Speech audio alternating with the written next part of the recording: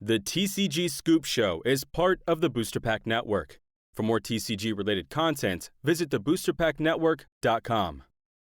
Hosting for this show is sponsored by Category 1 Games, the go-to shop for all of your classic TCG needs. Find your favorites or discover something new at category1games.com.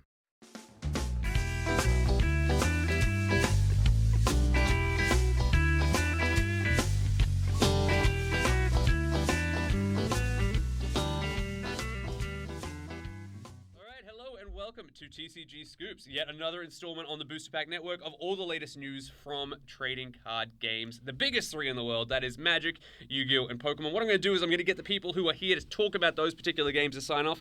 First of all, who are you? Our Magic expert? Nico. My Yu-Gi-Oh! Expert here on TCG SCOOPS? Parker. And my Pokemon expert here on TCG SCOOPS? Tyler. Excellent. Thank you so much for joining me today, guys, and thank you guys for listening. Of course, if you want to check out any of our previous episodes from news of earlier months, you can find that linked in the description or elsewhere on the channel that you found this episode. Now, my name is Rands, of course. I host a couple of shows on the Booster Pack Network, and today, if you're watching on video and even listening, actually, you're going to notice that there's a bit of a different room tone. We're recording out of a sort of an emergency studio at the moment. We're normally recording from EM Cards and Collectibles in Charlottetown, Canada. But today, because of the Easter holiday, we've had to move our record somewhere else to the public podcasting space here in Charlottetown. So we're going to jump in today, of course, and we're going to be talking all about the latest stuff that we've talked about since the last time we all got together that's come out of our biggest games. Now, this episode is going up a little bit later than normal, but that is just due, as I said, due to some holidays, some sickness and stuff like that, but that means we've just got all the more news to talk about. So let's throw it straight over to Magic, because I am hearing a bunch of stuff coming out of the Magic stable at the moment. It's all sorts of stuff. I'm seeing words I've never seen before, card types I've never seen before. So let's give it to Nico to run away with the latest news from Magic the Gathering. Yeah, there's a lot to talk about, and let's just jump right into it. So one of the big things we've seen this month is the Lord of the Rings spoilers. There's a big Lord of the Rings crossover set coming out. So Magic and Yu-Gi-Oh! Pokemon Yu-Gi-Oh! Would never usually get this sort of treatment because they're sort of their own IPs. And I think we might have talked about this last time. Yeah. That Magic has started pushing to outside IPs, so outside franchises like Lord of the Rings and later Doctor Who, and starting to bring out sets based on those in their entirety. They had some success last year with, what was it, Warhammer? Yeah, Warhammer. There was a series of Warhammer Commander decks that were very popular. And I think, I've seen those, Yeah. And they were basically just pre-constructed decks with image of Warhammer characters on it. But this is something completely different. This is a whole booster set that's dedicated to just characters from the Tolkien universe. Is this like a special set or is it like a main set? It's an interesting one because it's being printed straight into Modern. Sort of similar to Modern Horizons, but it is sort of its own thing. Which is a format of Magic, which is a limited card pool of Magic cards. What's the date from 2004 to now? Yeah, 2003, I believe. 2003, yeah, that's right. So it's bypassing Standard entirely and just going straight bypassing Standard, going right to Modern, Legacy, Vintage, Commander, all of those. Awesome. What are we learning about it? Well, we've seen a couple cards from it already, and one of the big ones that everyone's talking about is the One Ring, obviously. It's a pretty powerful artifact, definitely a good commander card. But the most interesting thing about it is that there is a special variant of it. Of course, there's 80 special variants of every single Magic card now. But this one's extra special because it is a serialized card. Sometimes they do serialized cards now. It'll be like X out of 500. This is a special scenario because it's X out of 1. It is literally the One Ring, only available in collector boosters. It's printed in the, I don't know the Lord of the Rings lore, the Lord of the Rings language. Yeah. I think it's the... Whatever's on the inside of the ring. Whatever's on the inside of the ring. Yeah. Apologies to our Lord of the Rings. Yeah, I'm sorry. I'll learn when the set comes out. Yeah. If you pull that card, I'm sure you will. Yeah. You'll be learning pretty quick. Yeah, so the interesting thing about this card is that it's a one of one only in collector boosters, which are expensive versions of booster packs. It's all foil cards. A lot of theories on how this card's going to show up in boosters. A lot of people are, expecting it to show up in random video Post Malone posts of him opening cards. Of course, he'll open it. There's a couple different possibilities here though that I think are interesting. Most likely someone will just open it. It will sell for ridiculous amounts of money. But there are people putting up money to specifically buy the card to cast it into a volcano, which is okay. because people aren't really that happy. Now, when you say cast it into a volcano, I You think mean throw it into a volcano, throw it into or do a you mean to like volcano, tap yes. some mana? No. I mean, you could play a game with it before. Yeah. There's some sweaty, skinny guy who jumps in after it just to sort of salvage it. If you play with it, you're corrupted by the powers. Just like Exactly. what happened in the movies. Yeah, and it is a quite flavorful card, and the more you use it, the more damage you take over time. So it is a very well-designed card for that reason. What I personally hope happens with it is that just some kid opens it and doesn't know what it is, and it just gets ground on the sidewalk and just discovered. Like, chops it back Yeah. in trash, and someone Yeah. finds it in a landfill. You 20 know, years that's or it could just end up in some Walmart storage and never get sold. We don't know what's gonna happen with it. Oh man, I hope so. And that's the thing. Like, obviously, we've discussed over the last months the public trust of Wizards of the Coast has been somewhat waning. Yeah. And just to, like you joked before about Post Malone being the one to open it, just the responsibility alone of a single Magic card for, what is arguably, well, not even arguably, but is the longest running trading card game of all time. It started the genre. Isn't it interesting to think about the fact that you're trusting this huge company that makes a lot of money to put this one single card into a single thing and then ship it out? Now, what little I know about single card printing, though, is back in the day, and this could be different, they used to have to print an entire sheet of them and then destroy the others. Yeah, which there is a good chance that there is two of these that end up out there somehow. I would not put that past them. 2 or 3 of them could end up out there somehow, or none of them could end up there somehow, and we would just never know. It could be unopened. I've seen Willy Wonka and the Chocolate Factory, Yeah. so I know how this is going to end up. Trust me, I think this is going to sell more than that Chocolate Factory was going to sell for sure. You can buy a few glass elevators with this one. I was going to ask then, have in Pokemon or Yu-Gi-Oh, have we ever seen a unique individual card in booster packs? I know there is some one-off cards from certain events and stuff like that. Yeah, there's events and all that, but I can't think of anything they distributed in a booster pack or anything so Like a widely, true one right? of one. Exactly. Yeah. This is interesting. This is like sports card market stuff. Yeah, We're getting exactly. into now for sure. Yeah. It's interesting. I'll be interested to watch over the coming years to see if we see something maybe not exactly as extreme as the One Ring, because that's a very flavorful serialization. It's it's the One Ring, but at the same time, just where they go with these sorts of hype type grabs that you can get in collector boosters. Yeah, I could definitely see that coming to Pokemon. We have a lot of special illustration rares and all that already, right? All you do is slap a number on it, make it maybe it's a little bit different now with the 1 out of 50 or something, and bam, there you go. Yeah, definitely. And I know that there's is it Cyberstein or something like that was a rare special card that was a 1 of 1 for Yu-Gi-Oh at some point. No, I think that one has a lot of printings. It could have been a certain rarity. Yeah, there was a tournament prize. There is one card that is only a 1 of that you can't get. It was distributed to one person as a Make-A-Wish Oh, okay. thing, so they got their own card. And that was actually something I was going to talk about today. Okay, well, we'll get to that a little bit later. But yeah, it sounds like a single 1 of 1 cards might be a theme for today. There is one other Magic 1 of 1 card I know about that was it was a tournament winning prize, and it's encased in some big plastic thing with a globe under it. I don't. Yeah, so that I've seen was pictures, yeah. that was the first Pro Tour trophy, and Yeah. and Christopher Rush, the guy who illustrated Black Lotus, probably the most famous trading card game card of all time, was the guy who did it, and it's a really cool card, but it has no game effect. It's whoever plays this card wins instantly, no playable game effect. There is one other Magic card that I know of, and it was to celebrate Magic's launch in Japan, and it's there's this Japanese inspired dragon that they have it.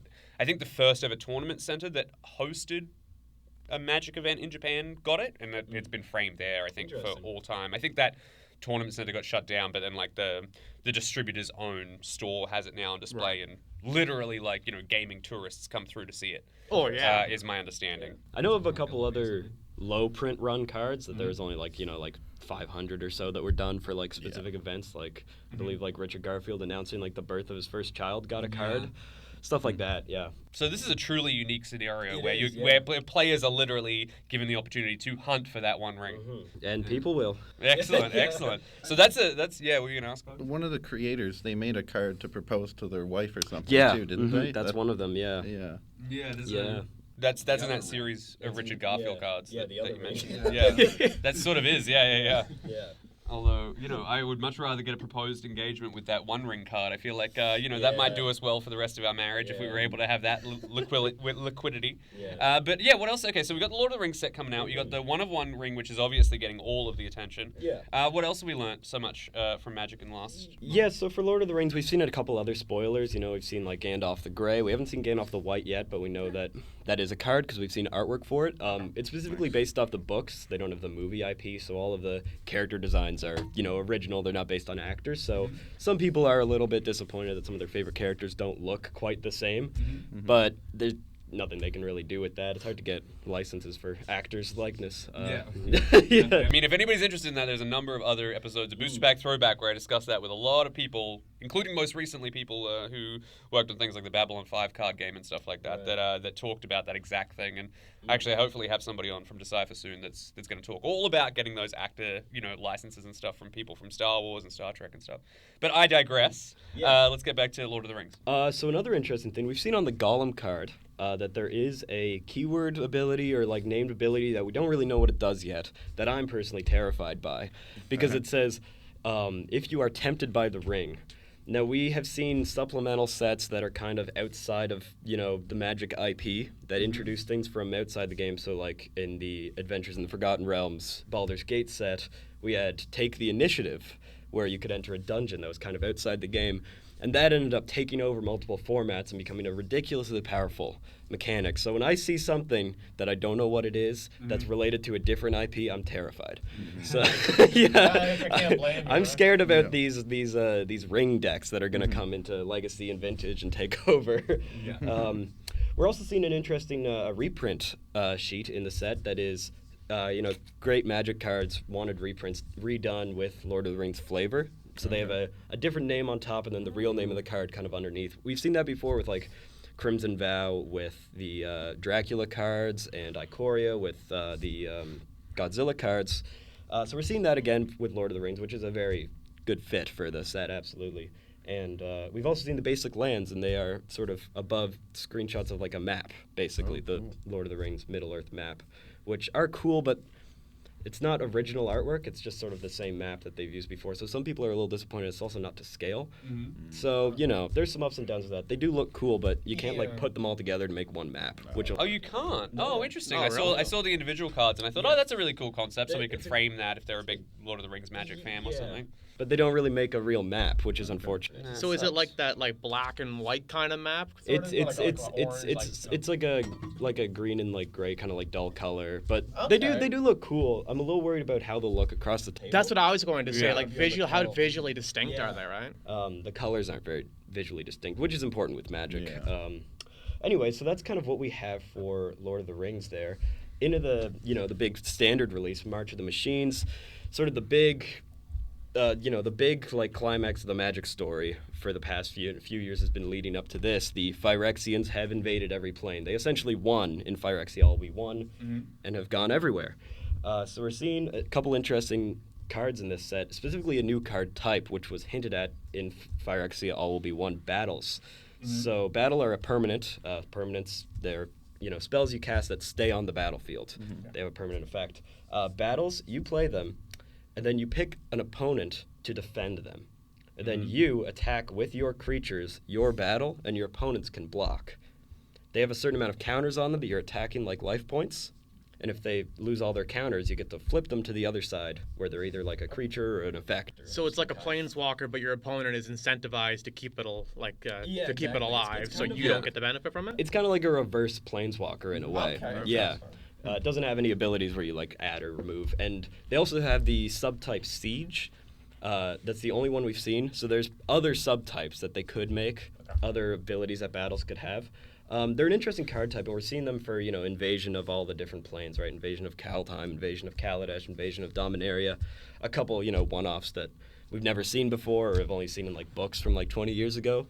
So that is pretty cool. A lot of very deep cut references in this set because it kind of takes place over the entire multiverse, which we haven't seen before. So that's interesting. One thing we're also seeing in this set is a lot of flip creatures. Double-faced cards are obviously a huge part of Magic now.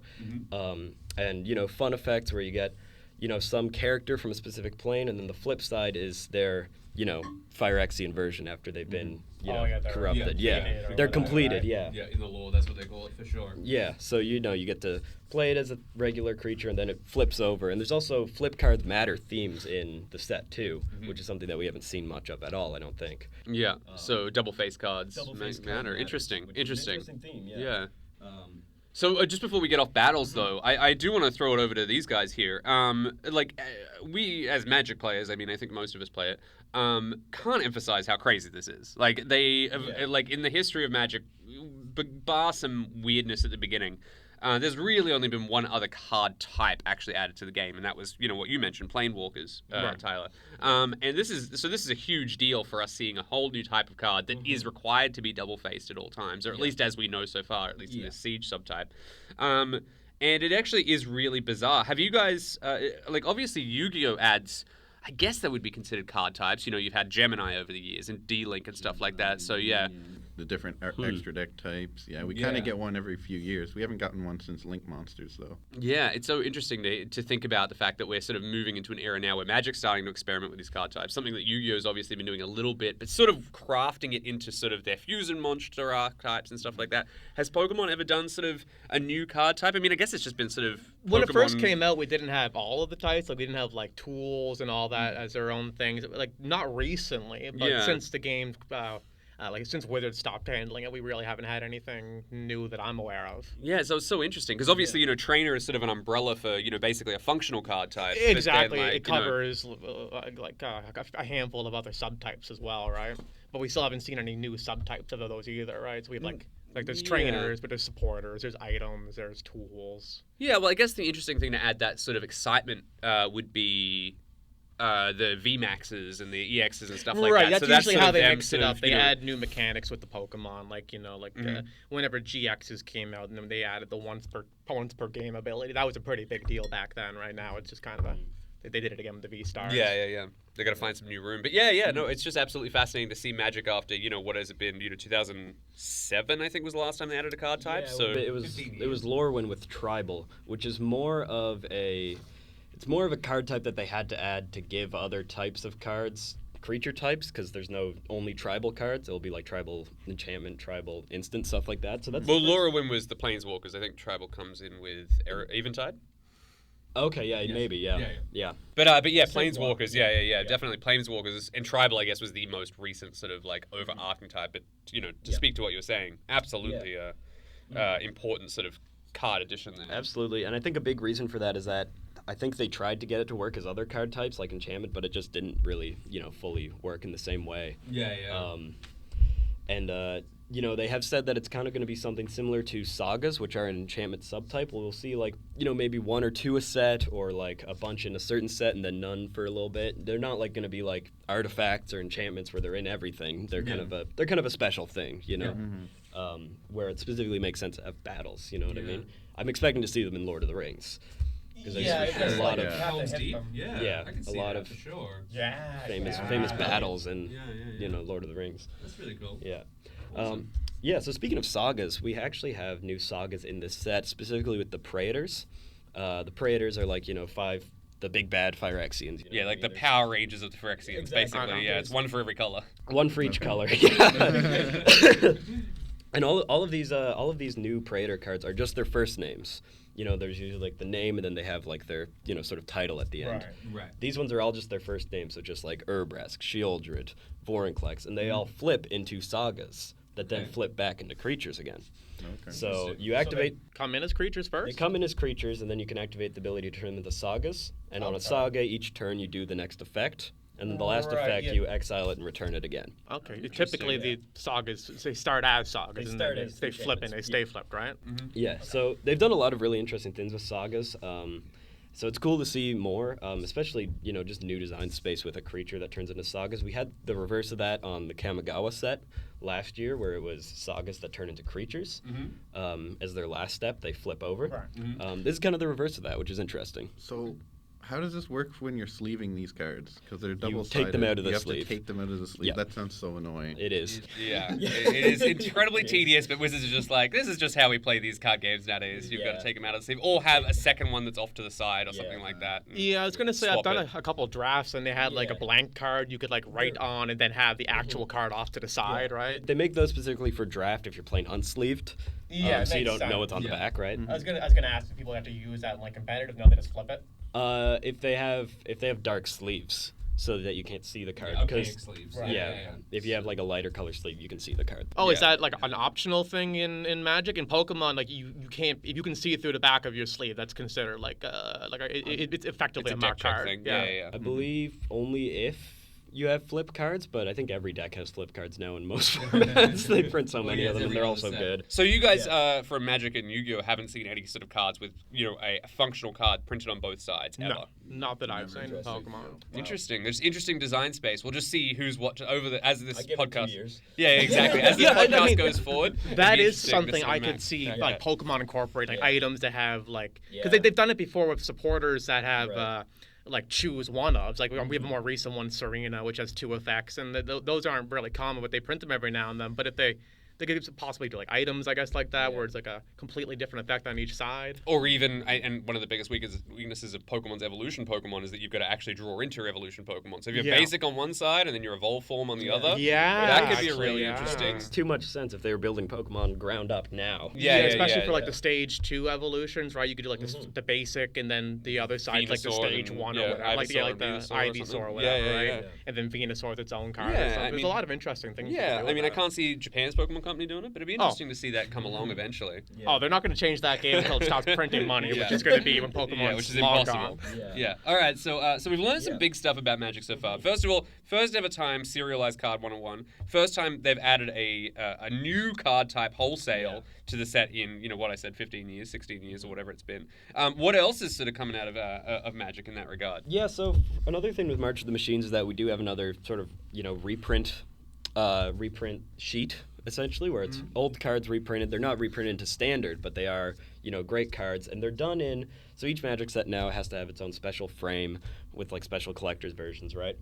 So what this is in this set we're having legendary creatures from all the different planes sort of redone in their plane-specific frame. Okay. So this set doesn't have its own frame. It just has all the other frames from a bunch of different sets, including sets that we haven't seen yet. So there is a Tarkir frame, even though Tarkir in 2015 didn't have its own special card frame. But there's a Tarkir frame, same with Ixalan, which we know we're going to later in the year anyway. Same with, Ikoria didn't have its own frame. Now it does have its own frame. So, a lot of rumors, obviously, that we're going to go back to Tarkir and Ravnica and all these sets that we've... Yeah, I was gonna say. we're seeing new card And I'm sure we will at some point. Of course. Especially they're going to need to sort of do this new treatment for all of their old sort of things. And obviously we're seeing, speak to battles. A lot of the battles are based on those flames that you mentioned earlier. Yeah. Yeah. Yeah. So it is pretty interesting. There is a lot of good reprints in there, specifically like Ragavan is getting a reprint, which we saw with the Brothers War reprints in the Old Border artifacts. Those card prices went down a lot, specifically those versions. So that will be good for modern players, especially because Ragavan is like $80 right now. Now, those cards, if I'm mistaken, correct me, but are those cards that are on that sheet, are they also available serialized, or is that something unrelated? Those are not available serialized. Okay, there is the Praetors, the flip Praetors. There's full art versions of those that are serialized. Right. Unique that are- art. Yeah, stuff. unique art. Yeah. That are out of 500. Yeah. Which is the first time we're seeing that, because the previous ones, I think, the previous serialized, except for this Lord of the Rings thing. Interesting. So it is an interesting reprint sheet. There's also a couple interesting lore things too. Like we're seeing Atraxa, who's a character that we specifically saw on New Phyrexia on her first card, being reprinted in the new Capenna theme. And we know that Capenna has like a dark history of some war, and then a new city was built on it. That's why it's New Capenna. Specifically, Atraxa being a Phyrexian angel, Capenna having no angels. It leads to some interesting lore things that the set story does go into. Getting into the story, it's a mixed bag of good and bad. A big criticism with the last major Magic story arc was that there was no stakes. No one really died, only a couple characters. It kind of felt like right after that, everyone was like, oh, well, Nicol Bolas is gone. I can go back to, goofy multiverse antics. The stakes were a bit higher on this one, and there was definitely a bit more, a bit more to like grip Status onto. quo to change. Yeah. Gotcha. A lot of status quo change. One thing that is a little disappointing to some people, though, is the fact that some of the completed Planeswalkers, we saw last set, Planeswalkers being completed, turned into Phyrexia, and some of them have been cured. So, already. yeah. a little fast on that one. This But. is worse than the death of Superman. I know, yeah. Yeah, so Johnny's back already. Yeah. And it's very funny how the art for a Johnny returning back is on Negate, which is like a common. Yeah. It's like a card that's in like every set.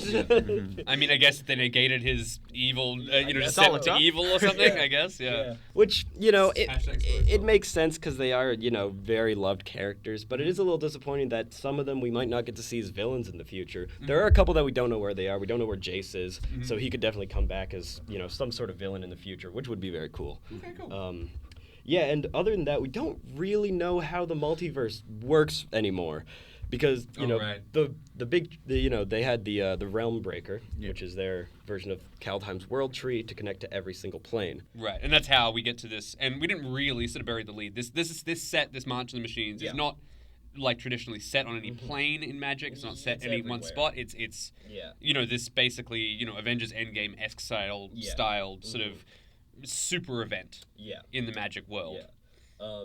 I do think that the way that they kind of wrapped it up with how they got rid of the World Tree is pretty cool. With specifically the Planeswalker Ren, whose whole ability is that she bonds into trees. She's like a half tree dryad person, so bonded onto Realm Breaker and like planeswalked away with it to kind of bring it out. Yeah. But now there's kind of holes in the multiverse, and the main theory is that everything's kind of connected. We've seen this sort of big Magic thing where, Planeswalkers work differently now. Before with the mending, Planeswalkers used to be like godlike power, and then the mending happened, and they're kind of like mortal power, but they can, go between worlds.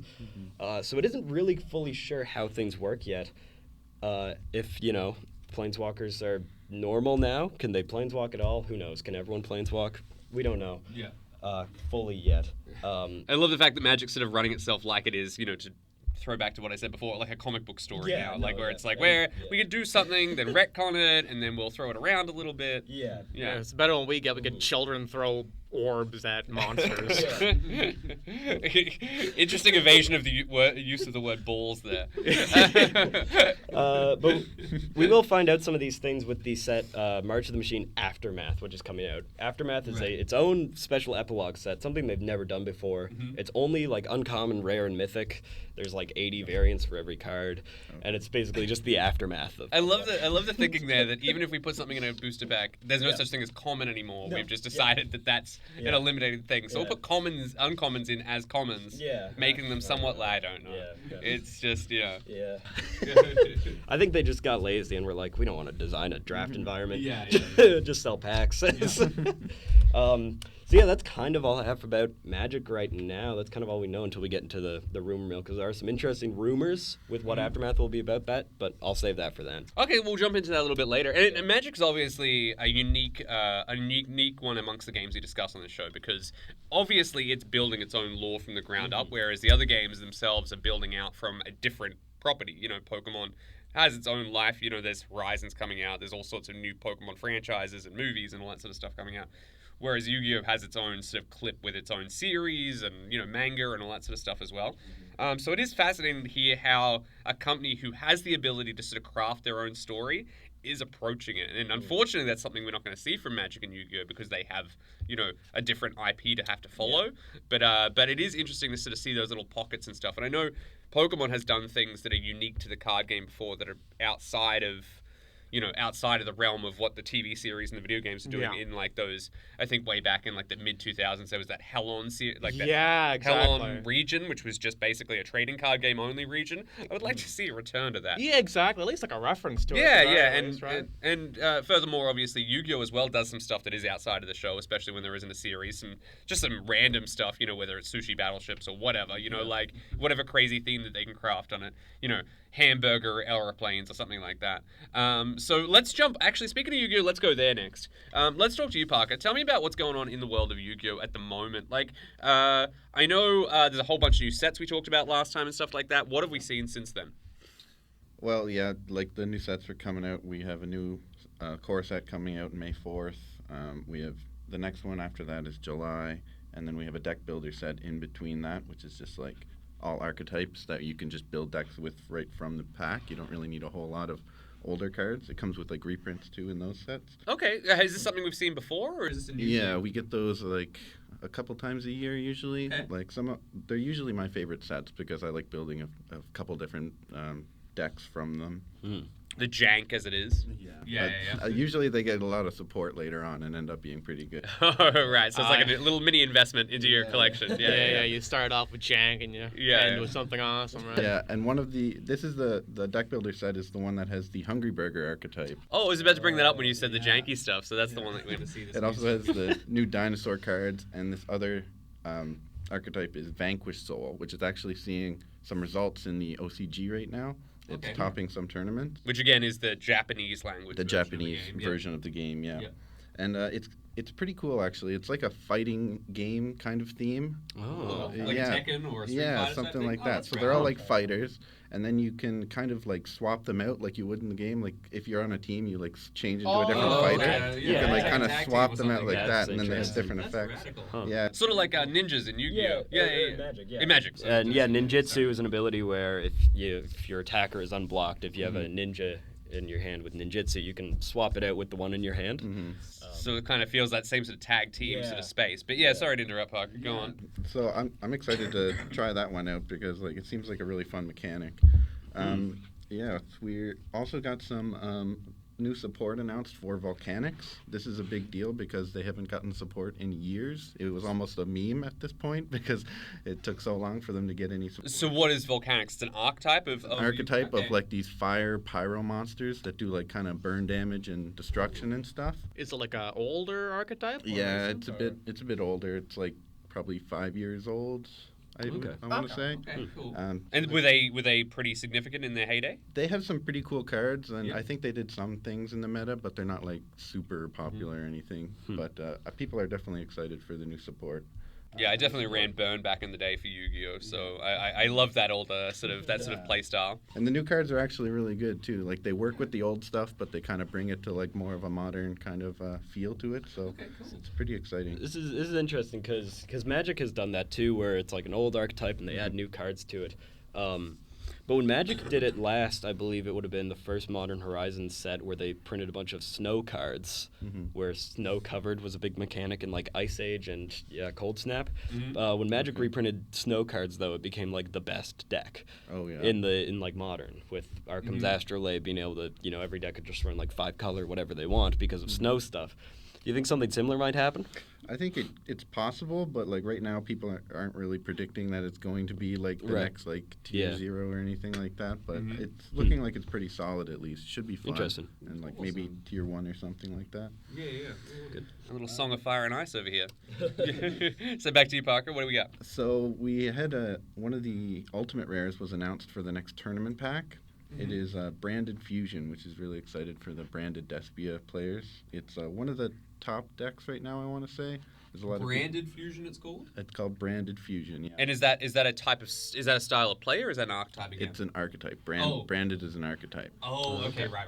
Yeah, okay. but it is a very powerful fusion spell. So if you know Polymerization from the original, from like the set 1 or whatever, you play it and you fuse 2 cards from your hand or field into a fusion monster. This one doesn't need any cards from your hand or field. It sends them from deck. Oh. So you can just play this and it'll summon you a monster, and then the monster it summons you another monster. And That sounds pretty crazy. Is there a way to like tutor out the Branded Fusion? yes, Oh, there is okay. actually. There's a few. Right. There's a few different ways. There's- yeah. Oh, a few Yeah. different ways. There we Yeah. go. That type of card is historically very good in Magic. Yeah. Yeah. Yeah, it's fascinating. Yeah. And like you can put things that have graveyard effects with it too, because it just sends from graveyard for the fusion material. Oh. And like you use those graveyard effects. Like Branded players have one kind of they have a trap card that they can search for that lets you give your opponent a monster from your graveyard. So you would send a monster that will lock them out of summoning and Right. stuff, and then you give it to their opponent, and then they can't do anything. Yeah. So people are starting to play Dark Hole again because it wipes their own board. Yeah. People do these types of strategies as well in Magic. Yeah. You'll see types of strategies where you're giving your opponents detrimental cards. Yeah. Just bad cards that hurt them in the long run. Well, what was the big Magic one? Was that like Confiscate or something like that? Or what was the one that was like Tricks Rabbit? Oh yeah, no, Yeah. those are, It was like I a forget exactly what- donate. Donate. Yeah. Donate, So basically, and yeah. also Harmless Offering, which is the same card but in red that was printed in 2016 Eldritch Moon. Yeah, giving people illusions of grandeur is a big one. Yeah, which is a card that gains you 20 Gains life you when you 20 get it, but life. when it dies, When it dies, you lose 20 you life, lose which 20 is life. how Yeah. much is in Pokemon. Yeah. Sorry, And- Yu-Gi-Oh! Magic, as far as life points. Yeah, Lorcana. Yeah. Well, I mean, that is 20 as well. Oh, is it? It is, We yeah. might talk about later if we have time.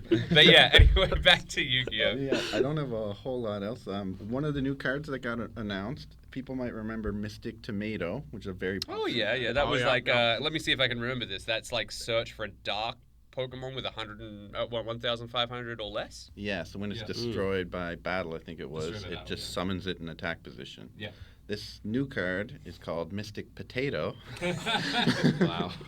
And this one does a similar effect, but it has to be destroyed by a card effect. Wow. Which is okay. actually pretty relevant for some of the new Visa's lore, because the new archetypes use Visa's Starfrost, which is a card that summons itself by destroying a card you control. So Mystic Potato might actually see some play. And also Strong. helps with that dark hole that we're seeing again. Yeah. Yeah. Because if you're destroyed with a card effect, yeah. Oh yeah. Yeah, it's because it true. wipes the board, yeah. I was gonna make fun of that name, but then I remember that Magic has food tokens, so Yeah. I can't say anything. It was literally anthropomorphic gingerbread man. Yeah, Yeah. one of the best cards ever printed makes Yeah. food tokens. Yeah.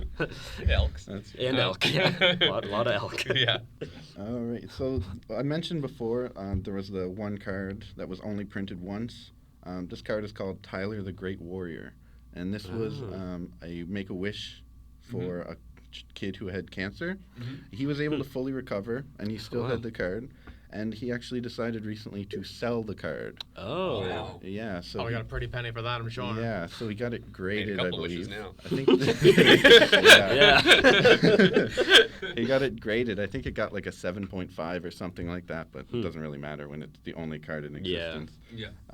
I believe it's like they're starting to sell it at like 15,000 or something. Jeez. I don't Starting know. low, It's going to be Thomas. Yeah. Yeah, like there'll be a couple of zeros, at least a zero on the end of that, I think. yeah. So people Wow. are thinking it's going to sell for a ton of money. I saw people like messaging like all the like the rich like cardboard like Yu-Gi-Oh collectors like Moist Way Critical oversold. and stuff like that. Yeah. Like, oh, are you going to buy this card? Or, but yeah, it's kind of cool.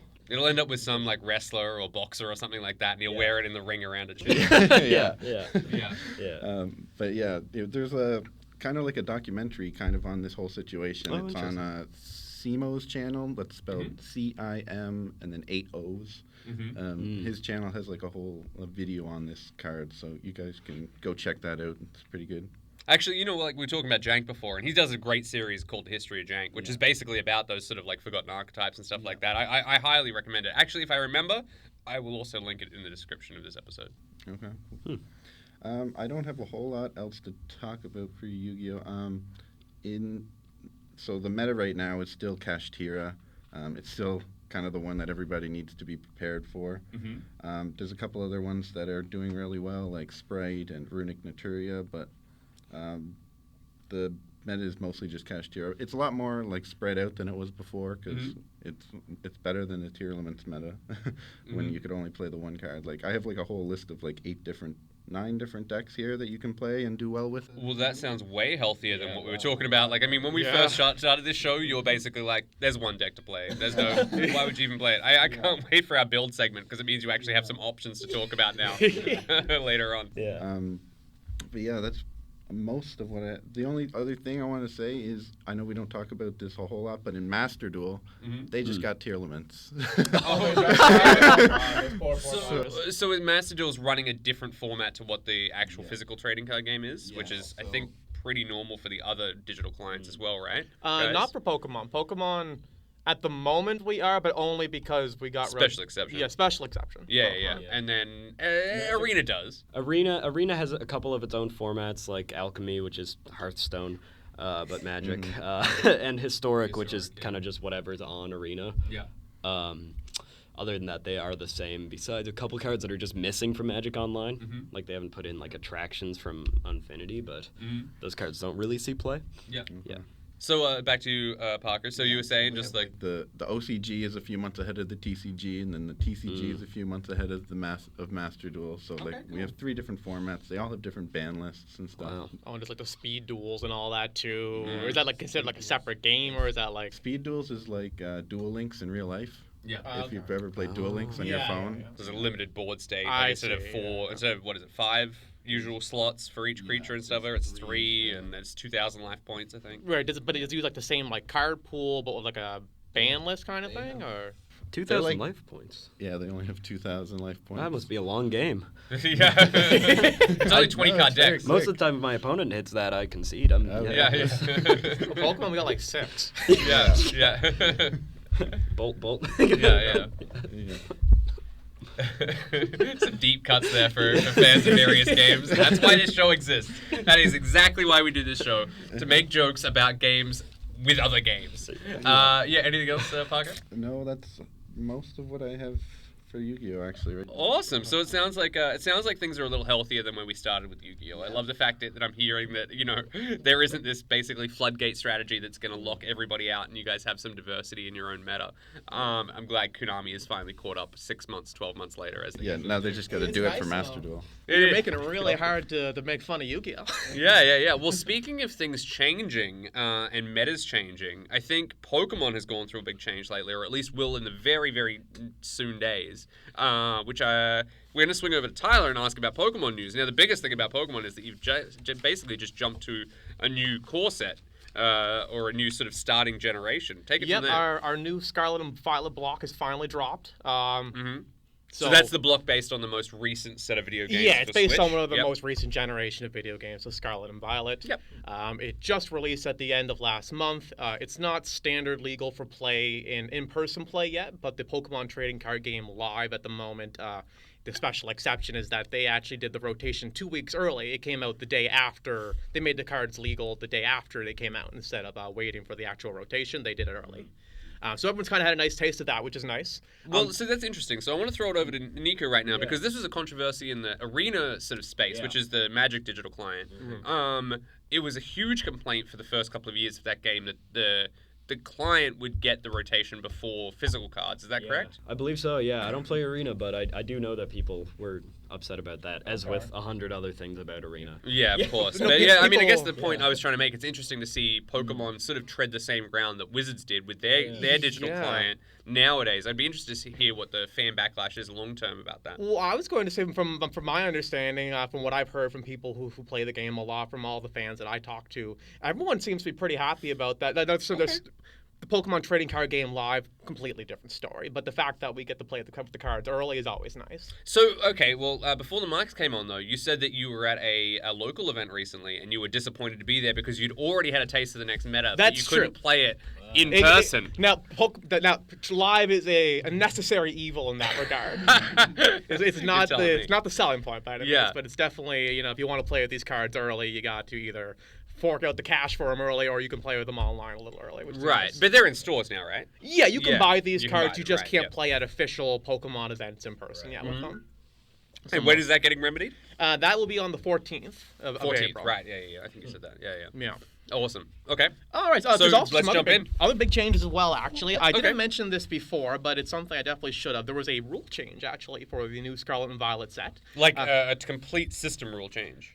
Like, not entirely, but like Not there is actually entirely. something that like affects the entire. Yeah, it completely Pokemon. it changes some pretty big things. Tell me It's about not as that. large as some of the other rule changes we've had in the past. Like before, you used to be able to attack on the first turn and play supporters and all that. But recently, up until now, one of the many types of trainer cards is items, and items used to incorporate actual items and tool cards, which are equipable cards you attach to a Pokemon, and they have various effects. Think like enchantments for Magic, and I know Yu-Gi-Oh. Auras, or even equipment Or themselves. enchantment auras, and then I know Yu-Gi-Oh. I don't know what they call equips. I Equip think cards, yeah. Magic equip spell cards still. Equip spells, yeah. Yeah. So that's still a same thing. idea. Yeah. You attach them to the Pokemon. They have various effects. But for the longest time, they, for the rules, have been considered items, which is relevant because we get cards like more recently we have Vikavolt V, which its attack says it attacks, it does a bit of damage, but then the opposing player can't play items from their hand. We also had Seismitoad EX back in the day. That was like one of the big ones for it. But now tool cards are considered their own thing now. So they are not impacted by item restrictions. Subtype of items. Right, they're now their That own is- thing. So if you're item locked, you can now play tools from your hand still. That's interesting. Okay. Yeah. How does that impact gameplay? Like, what is your interpretation as a player why they've decided to do this? Honestly, in terms of why they did it, I don't think item lock has really recently been enough of a problem where it's something that needs to be immediately remedied. But they seem to be wanting to slow the pace of the game back down. In base set, we have already seen Bandit EX, which is a 1 energy attack. Again, doesn't hit for very much, like 30 damage in Pokemon these days, up like 280, like 300. It's not really relevant for the damage, but it also locks out item play, right? So they may be trying to slow down the game to where this item stall may be more relevant, is what I'm thinking. And now we have ways to bypass that. So if you're getting item locked, a card that is currently relevant, that is a tool, is there's a card called Forest Seal Stone. And how this card works is you attach it to a V Pokemon, specifically says it has to be a V, and it gives it a V-Star power. And that V-Star power is there's a few different Seal Stones, but the one I think would be most relevant for it would be Forest Seal Stone, because it's just once per game. You pop it, you tutor or search your deck for one card if you're choosing. No questions asked. So just for my own benefit, because I haven't been up with the current Pokemon meta, how is a V-Star effect different from a GX effect? Because a GX effect was basically an attack you could do once per game, regardless of what your Pokemon was. How is that different? GX and V-Star powers are different in the sense that for example, for Expanded, they are considered completely separate things. You can do a GX attack and a V-Star power in the same game. Yep, that makes sense. GX attacks were uniquely only attacks. Right, okay. With various effects, right? V-Stars, however, some of them are abilities. Like Lugia V-Star is an ability that you take. Like a persistent ability. Yeah, exactly. Or you use the ability. Some of them are persistent. Like Aerodactyl V-Star is one that once it's an attack, but it's not an ability. But it is persistent. When it uses the attack, it gains an ability. Okay. And that ability is that your opponent's rule box Pokemon, or I believe it's V Pokemon, either V or rule box. I can't remember the exact. And rule box Pokemon basically means anyone that basically says you take more than one prize card. Exactly. It has a little box under it says rule box and then a description of what the rule is. But it turns those off, and as long as it's in play, it doesn't need to be any active. You can retreat it to your bench the next turn, but it's an attack. But there's abilities like there's a Palkia V-Star. You pop that ability. You take 3 basic waters from your discard, and you can attach them to your Pokemon in any way you'd like. Okay. So just they're very good ramp, yeah. Yeah, these are just a lot of like Arceus V-Stars. It's like the Forest Seal Stone, but you choose 2. Like there's a lot of really powerful effects tied to these V-Star. So if you use one from a tool card, that counts as your V-Star. Exactly. You get 1 V-Star power. So you can sort of upgrade a non-V-Star Pokemon to a V-Star Pokemon. Exactly. Like Mew VMAX is a deck that, for the most part, some people splash an Aerodactyl V-Star specifically for that reason, because it blocks out other decks from using their abilities. But since the Forest Seal Stone came out, it's kind of just been a staple in Mew VMAX, which doesn't have its own V-Star of its own, right? There's no Mew V-Star, there's no Genesect V-Star, there's no V-Stars that really like play well with the Fusion Strike mechanic that Mew VMAX has, right? So they just slap those, and now they can just search for whatever they want and be even more consistent than they already were. Okay, cool. But yeah, so we have our rotation coming up as well. How are you enjoying the new style? I'm really liking it. You're really liking it? Oh yeah. The actual meta itself has changed up. Like we still see Lugia, but it's a shell of its former self. It's still really strong. Like still arguably a tier 1 contender, but it's just not as oppressive as it's bumped down from that tier 0 to tier 1. Exactly. And it feels like a deck that there's counterplay. It can like slip up, it can fail, and it really is. Well, I think last episode we were talking about, and again, people can find that linked elsewhere on this channel.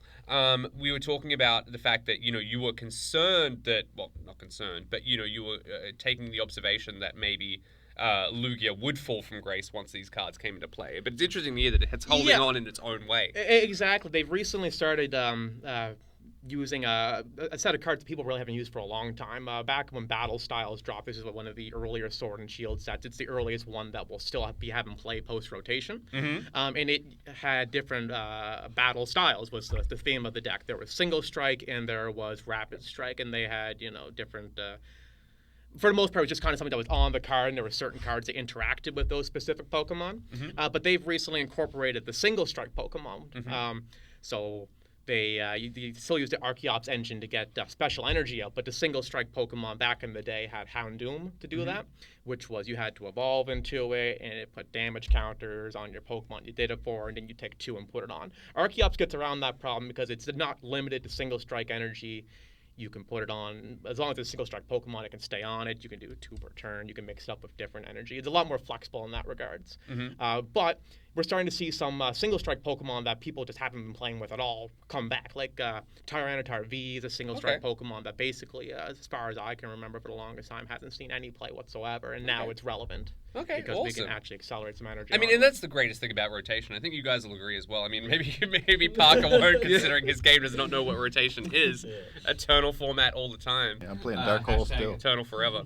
But yeah, like obviously that's one of the greatest things about these formats that do rotate is because all of a sudden, especially when they capture and bump out a bunch of other stuff, you've still got these old cards that all of a sudden start to become relevant. Exactly. And I love to see that. Yeah. One thing you said about the Lugia deck, how it can slip up and fail now. Yeah. I was just wondering how, when every deck has Wheel of Fortune and Ancestral Recall for free.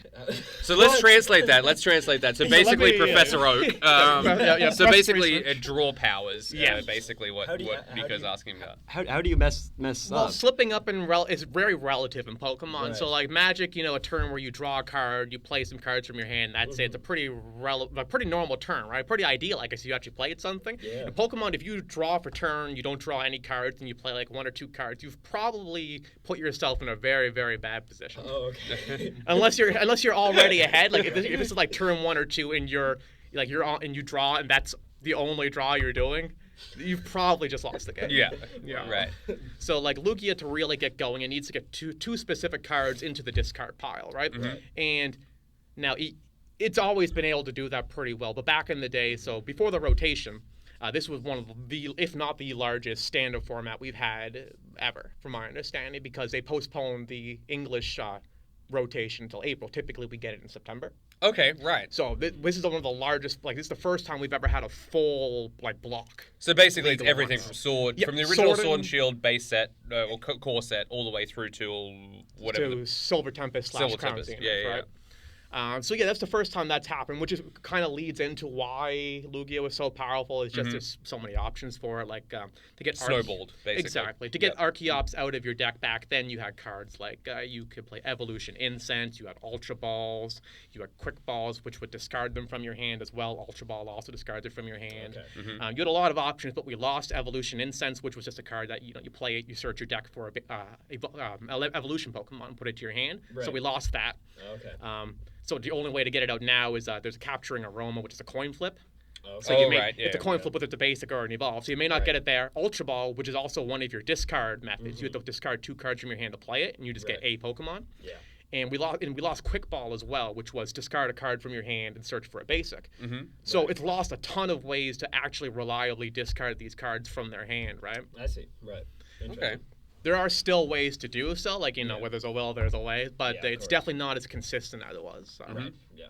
Awesome. Well, okay, cool. So what else, do we have anything else coming out of the stable of Pokemon? Oh, yeah, of course. Let's bring it on. So we officially have our June set has been revealed. It's called Paldea Evolved. I just saw the news for that today, actually. We actually got the full listing came out. I believe it was either yesterday or today. Now, my question is, and again, I'm a little behind in my Pokemon lore, but does Palkia even evolve? Isn't that a legendary? Oh, sorry, Paldea evolved. Paldea, okay. That's the name of the region for Scotland. Oh, right. Sorry, yeah. I'm not a big fan of the name, but I mean, it's whatever. It's new cards, right? I get it. Maybe it's a good time to bring those flip cards we were talking about. Those double face cards, Yeah. So what we know about this is that it's going to be a mashup of a few Japanese sets we already know. We know Triple Beat. We've known all the cards in that set for a little while now. I've mentioned that on the last episode. Yep, I remember. We have Snow Hazard and Clay Burst, which are new Japanese sets that they just revealed everything in for. They're not out yet. Okay. But they're going to be confirmed part of our June set. They focus on some of the there's these Chinese mythology themed legendaries in Scarlet and Violet.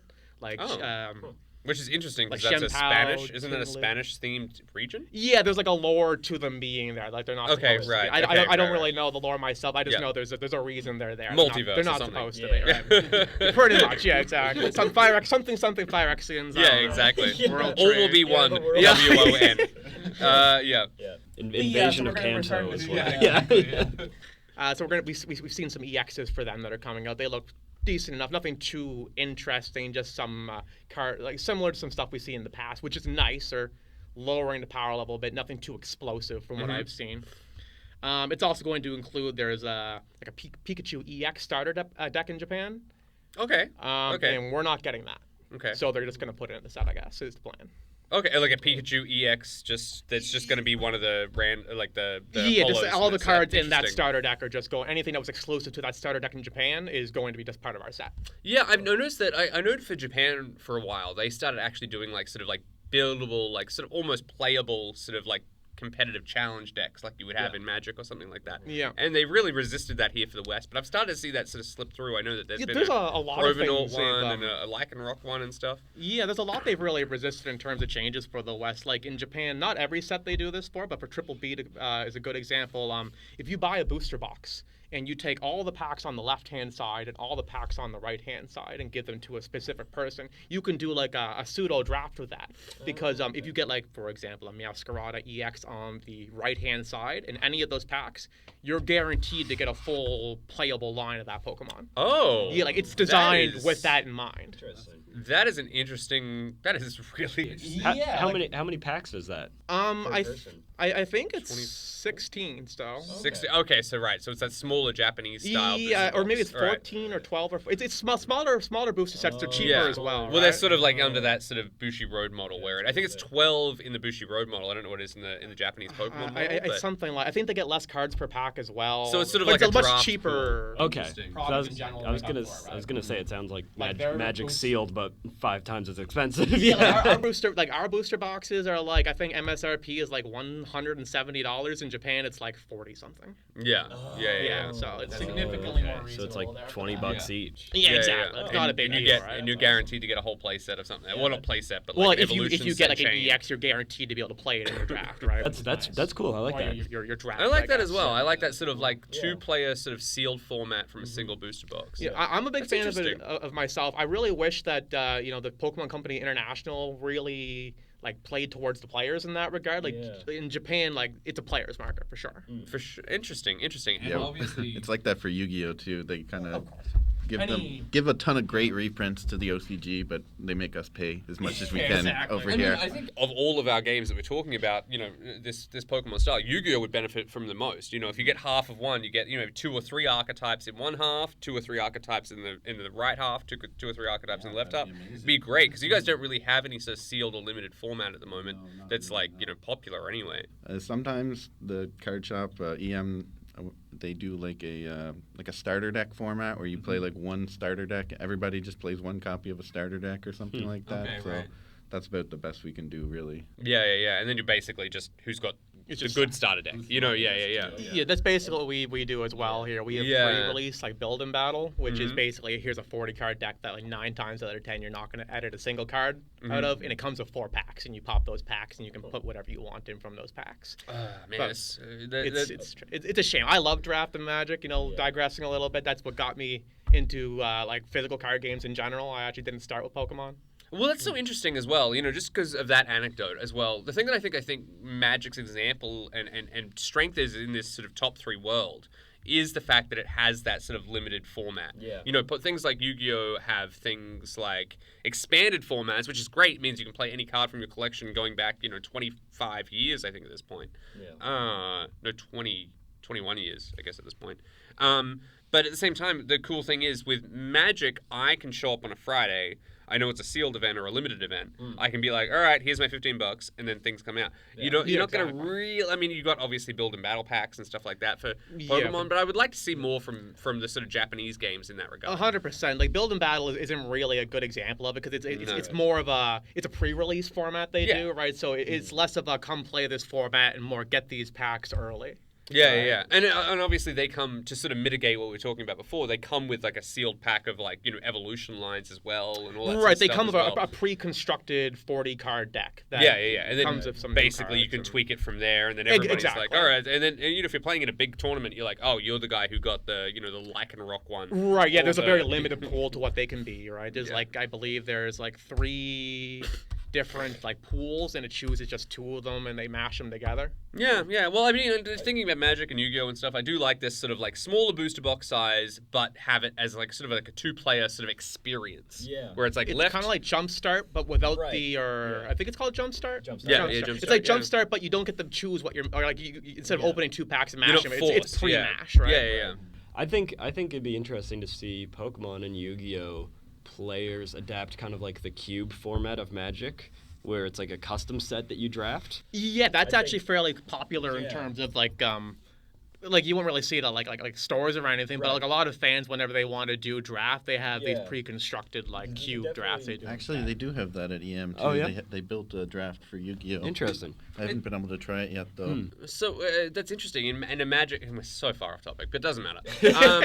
But in a Yu-Gi-Oh draft, you're basically just looking for the archetypes for the card that you got the best one for each. Or The no? best staples is probably what you'd want to go Yeah, for yeah, first, right. and then you try to get a decent archetype after that. Because some of the staples that you can get are more powerful than the archetypes. So a lot of Really? Magic cubes are very similar. Yeah. The first Yeah. couple picks will just be the best cards you can find. Yeah. You find a Force of Will or a Wheel of Fortune or a piece of power or something Yeah. like Yeah. that. And that's the yeah. problem with Pokemon with like a highly like edited cube kind of format is that like someone gets like an EX or a V or whatever, and suddenly, well, I have a Pokemon that's a stage 2 of 150 life, and they have a stage 1 that is 220 and one-shots everything in my deck, right? Yeah. And I can't one-shot it in return ever. I mean, this is go on. Nico. You could build custom Jumpstart packs though for Pokemon. Oh yeah, I mean cube draft works fine as Yeah, well. Like right. it's definitely, but like it's just unfortunate that you can't do like a proper draft, right? Yeah, well, yeah. People just do like their own, like Jumpstart cube, and that'd Yeah. be a great idea for Pokemon. Yeah, Yeah. like this. Again, still off Yeah. topic, but there's a cube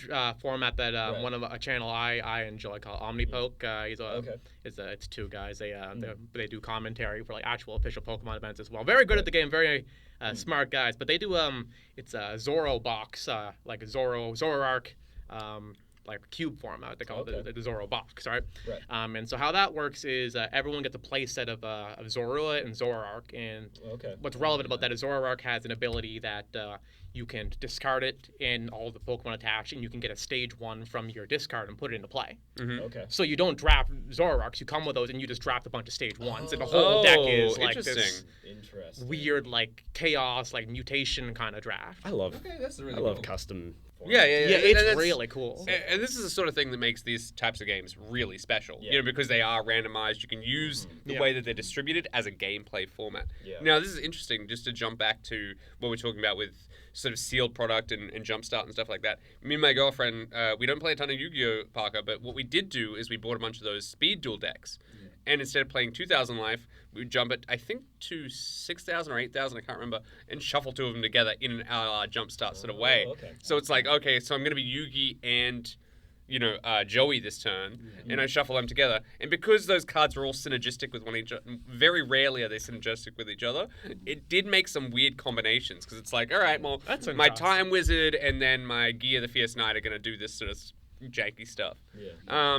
It's interesting to find those sort of custom formats, and there's a lot of that happening in Magic, Oh, and I'm yeah. sure there's Yeah. Gym Leader Challenge and stuff like that. Yeah, coming out in Gym Pokemon. Leader Challenge, big fan format as well. It's Starting to get a interesting. little more traction. It's actually like it finally made its way into like the Pokemon official handbook as an Yeah, alternative like play as a format. side note, I saw yeah, that. it's- Yeah, that's that was huge. really cool. That's like yeah, that's yeah. a really big deal. Yeah, I mean, right? good for that YouTuber who came up with it. Yeah, that's really cool. Yeah, my girlfriend and I started getting into Pokemon because they had those championship decks or whatever come out. Yeah, those are awesome. And they're all from like the 2022 World Tournament or whatever. the World- the I got World those when they were out Championship. years ago. And Yeah, they're not yeah, like legal cards or anything. Yeah. But No, like, they have like a different back on. yeah, them, but so we were yeah. playing those against each other and we were having a great time. Oh yeah, no, those decks are fantastic. Anyone who wants to just like try and get into the game and has like a buddy, like they're like $20 each. They're really cheap. Yeah. Like sure, you can't take them to like weekly locals, but like for example, like EM, it's not an official. We don't do like official events, so like Yeah, people can roll not up play that if they Pokemon want. events People or don't really whatever. care, right? Yeah. Awesome. So, if you have a group of friends, it's definitely a great way to get into the game there. But in terms of other new things, there's actually in the, I mentioned this last episode for the Pokemon 151 set they're doing. Yeah, I'm very excited for this. Like, I I mean, am I too. haven't heard anything about it outside of what we talked about last time, but at the same time, I think it sounds like a really cool they concept. officially revealed the cards for it. Oh, the entire Yeah, set? the entire set. Okay, well, I guess and Japan, so yeah. we know we got Kadabra coming Yep. back, big deal.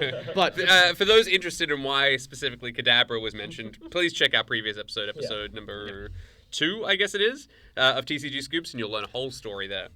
But leading into that Kadabra is Alakazam EX is a new EX Pokemon they're printing. And it has an attack that we've never seen in Pokemon, to my knowledge. I mean, I've done some digging. I haven't seen anything about this. So typically in Pokemon, to be able to attack, your Pokemon needs to be in the active position. Alakazam has an attack that it can use from the bench. Like an actual attack. It's an actual attack. It's not a super strong attack. It's like 3 energy for like 120 or something like that. But it's an actual attack that it has to have the energy requirements for, and it's an actual attack. Like it's not like an ability that's. And have we seen a Western version of it yet? I'm not. We've seen a translation of it, so I'm Right, not sure okay. the translation is 100% accurate. But I just want to see how they word that. Like this attack can be used from the bench. Like, or is there a keyword or what? it is just underneath. It says this attack may be used from the bench. And that ends your turn. Sorry. Yeah, it's a normal attack. If it was the anime, that's like a Pokemon attacking from their Pokemon. Yeah, exactly. A right? Poke Orb, I think we decided earlier. Yeah, Poke Orb was is the exactly official so. term. We're not, To keep it clean. Keep it family friendly. No. Yeah. Anyway. But yeah, it's like we've never seen anything quite like this, and honestly, the attack doesn't seem impactful enough for me to like to be worried about it. But that's like a really interesting precedent to set. How interactive is that part of the board? In terms of the bench, what we have for interaction is like there's some cards. We have a card. So for those who aren't familiar with how Pokemon is played, you by default can only have 5 Pokemon on your bench at a time, right? And 1 in the active. So 6 total. 6 total, right? Yep. But there's a card, for example, there's a supporter called Avery, and when Avery is played by your opponent, they draw 3 cards, and if they do, which they're going to, it's just how the card works, you need to discard Pokemon from your bench until you're down to 3. There's also Escape Rope, which is your opponent switches one of their Pokemon from their bench to the active, and then you do the same after. There's Boss's Orders, which is you get to choose. And speaking of switch as well, there's also they changed the verbiage for switching recently. We'll get into that in a moment. Okay. Well, let's jump in whenever you're ready, unless you guys have any You got any follow-ups. more comments on the? No, well, the only other thing I would mention, obviously, with the attacking from the bench thing, and also obviously mentioning sort of smalling your bench. It's an interesting, like you said, design space to sort of push into. Yeah. Because you can't really interact with it. You put out a tank at the front, and then you just have this guy picking off people from the back. Exactly, It's just kinda interesting. binging. Like there's cards like in Expanded. I could see they're doing some really crazy stuff. Like there's a card called Galarian Wheezing, and when it's in the active, it's just your opponent's Pokemon in play, just Pokemon in play. Your opponent's Pokemon in play have no abilities.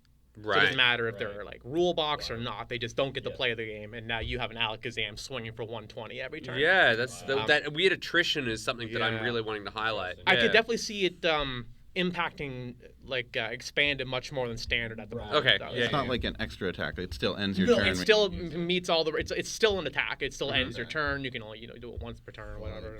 Like still people need could the try to energy. do like bench damage because there's like bench damage in the game, right? Yep, there is bench damage as well. There's also Manaphy who protects from bench damage.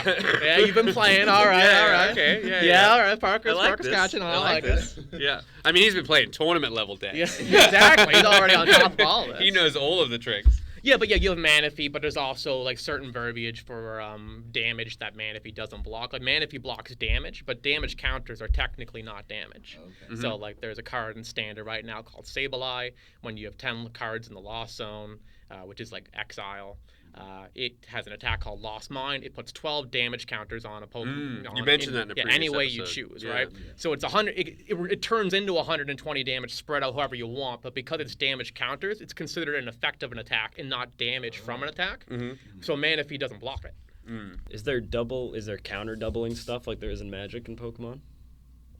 Like there's effects that would give like double counters if you put a counter on something. So I've got 60 damage on me, 60 HP, 6 Oh, damage yes, counters on yes, me, yeah. and then double that to 120. Not so much in terms. I think there actually might be. I don't know That'd be fun to what play card. with. I think there is like a relevant card that like there is cards that do things like that. There's cards that move damage counters around as well. okay. Like there is interaction with damage counters on your Yeah. opponent's Pokemon. Yeah. And that could. It's not. They don't really typically play it like those kind of like Right. things in competitive because it's slow, it's a little clunky. But like, Right, for yeah, it would be fun- slow in a game like Pokemon, yeah. Yeah, it's very fast, right? It's so interesting. Yeah, go and talk. Alakazam is a stage 2. Yeah, it's a stage 2 EX, so it evolves from a single prize, and then it's a 2-prizer. Okay, so then you could have like Klefki or something, and then Yeah, you could have Klefki in the active. Another that's from our new Scarlet and Violet set. It has an ability that's all basic Pokemon in play don't have abilities. When it's Okay. only when it's in the active though. Okay. All right. So, sorry, Parker's gunning for your job, Tyler. Yeah, Parker's been playing I like some it. high-level Magic. There's some nuance. like There's this a lot of crosstalk. nuance. I There's a like lot of it, I like it. nuance to it for sure. If that's all, it's a really interesting design space. I think that is Yeah. really to be hammered home. And I'm excited to maybe see some more play with that in the future. Maybe to do something cool or more interesting than just like right now it's just damage. But I mean, Yeah. in the future it could be like a different effects, like effects of attacks. It could be a lot of things. Interesting. Yeah, and I'm sure this is true of Pokemon, but I think especially we see it a lot more in Magic and Yu-Gi-Oh! Is that once there's sort of a new design space discovered, the tendency for the designers is to just lean into it. You know, whether that's Exactly. planeswalkers or battles, I guess we'll see, or, you know, whether that's, link monsters or anything like that, or, like, once we see that there's this new design space, just by the nature of doing your job, you know, you're just going to funnel all your energy in there. So I'm sure this won't be the first or the last time we see a bench attacking Pokemon. Yeah, I doubt it'll be the last for sure. Yeah. That will be the first, yeah. Other than that, we do have there's another product coming out. This is more tailored towards kind of like collectors, not necessarily collectors, but like old school fans of the series. It's the Pokemon Trading Game Classic collection, and what it is a pre-made box. Like it's a really nice, like I'm not sure if it's wooden, but from the pictures, it's like a nice wooden box. It like folds out. It has like a felt cover. It comes with these pre-made decks based around like the old Charizard and like Blastoise and Venusaur. It comes with like these special like custom like tokens for damage counting and all that. It's like a really nice like collector's piece. Okay, and this is something that's exclusively launching soon and only using reprints of those sort of like Wizards of the Coast era cards. Well, so at the moment, it's only it hasn't been confirmed in terms of like pricing and release date for English. In Japan, it's been confirmed. It's on the more expensive side. Once you do like the conversions, it's about $280 or so. It is mostly just cards from those older ones, but there are some non-standard legal cards they've printed specifically for these decks as well. There is a card, now the specifics, I don't quite remember the exact numbers, but for example, there is a tool that you could attach to your Charizard, and it makes the Charizard's attacks do significantly more damage. Okay. But these will not be standard legal from my understanding. Okay, but this is a wholesale new card. Yeah, wholesale new card. Okay, interesting. So that's really curious, and I can't wait to learn a little bit more about that, actually. Just only because it sounds like they're trying to create a product that is basically for, you know, the aging Pokemon fan who doesn't have time to keep up with the trading card game. You know, it's just this is a singular box you can buy, sort of like Magic has done with their Party Night sets and stuff like that recently. And they used to have, I believe they're called the anthologies, where you would get like four of Commander Anthology. there's Commander Anthology, Plane Chase Anthology, Arch Enemy Anthology, and Dual Deck Anthologies. Yeah. Where you were getting old products they had printed before, old pre-constructed products done up in this really nice box. Yeah, exactly. So it's an interesting collector's item for sure. Like it is, like I've seen the pictures of. I do recommend everyone look it up for sure when you get the chance. It is a really nice looking product. I think the price point will make it a little, like harder to approach for the more casual-minded audience, but it is definitely still at the same time kind of with that audience in mind. But right? it clearly is going for that older audience. Exactly. Leveraging, those Kanto Pokemon and stuff like that. Like Exactly. it's like here's something that you can buy. It's a gift. It's a whatever. It's Exactly. Get You back into the buy it as game. a gift, get back into the game. Like, oh well, I used to play when I was a kid back in the Wizards of the Coast days or something like that, right? A real nostalgia throwback. I would love to see that with Yu-Gi-Oh and Pokemon. You got your old Jinzo decks in Yu-Gi-Oh, or your Magic. So how much is it? Is it less than $1,000? Yes, it is actually. Believe it or not. Affordable. Oh well, I mean, after Parker told us about that Yu-Gi-Oh set that's coming out, that's like 25th anniversary. That's like what was it, like $10 a pack or something like that? makes it seem a little better than $250 a pack. Yeah. Yeah, and they're not proxies or anything, Yeah. right? Yeah. No, well, I don't believe any of the cards are actually legal in standard play, so I don't think I guess like they may as well be proxies. Right, Yeah. okay, Because I don't think any of them are legal and expanded either. Yeah. Right. But I do believe they Gentleman's have Challenge. Oh, true. I'm not actually sure what the official calls. I'm going to assume that the Charizard is also like an attack booster for like the Blastoise and the Venusaur as well. I would think those would be banned because I don't remember the exact numbers, but it's like plus 100 damage. Like it's a pretty large, significant number for a lower number format like GLC. Okay, I interesting. couldn't see that being allowed to be in the format, but maybe. Right.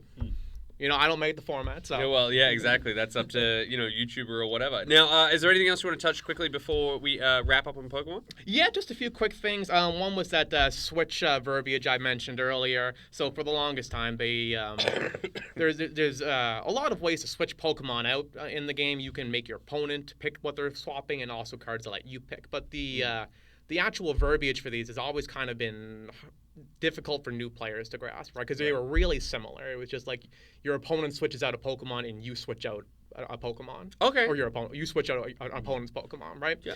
So they've changed that. There's going to be switch in and switch out, and switch in is always going to refer to one of your Pokemon switching in, or one of your opponent's Pokemon switching in. Switching out will always refer to getting one of yours out. Okay. So switching in means that you can pull something from your opponent's bench into the active. Right. So you're switching forcing that out in, is your... and you're switching out for yours. Okay, interesting. I love the innovation and the thought behind that from a game design point. It's nice to clarify it a bit, right? Yeah. I mean, in and out is so. It's so odd to sort of use those terms because you'll switch out your opponent's Pokemon or switch in your opponent's Pokemon. It depends on what you're. I may be getting that wrong. I think this may only be for ones that are switch actions to your opponent's Pokemon. So I think switch in is they get to choose, and switch in is you get to choose, and switch out is they get to choose. That makes a little more sense now. That I think about it, But anyway, we'll find out. That was much more fresh on my mind at the time of the writing. Of course. I mean, I'm glad that they're doing those little sort of quality of life improvements. Magic has done a couple of those too, especially with how targeting is worded. Like a card like Lightning Bolt, when it first printed, it said 3 damage to any target. Then it was 3 damage to target any target creature or player. And then they added Planeswalkers, which could be targeted like players, but the damage redirected from the player to the Planeswalker. So you could Lightning Bolt a Planeswalker, but you Lightning Bolt the player and redirected the damage to the Planeswalker. And then they changed the wording again to just be 3 damage to any target. And now we're going to worry about targeting battles as well. Which you can target. You can use burn spells on battles to flip them. As long as it says target permanent and not a target. Well, it says any target. Any target, So yeah. any legal target. Interesting. But yeah, just wrapping up Pokemon, we do have some some competitive stuff that I'm honestly in terms of the English standard, I'll kind of gloss over for the most part. So Lugia is good, believe it or not. It's still good. There was one, but not as good. That would be post rotation. So in our English course. standard events, we're still in the pre-rotation. So Lugia Right. is still busted. Play that deck.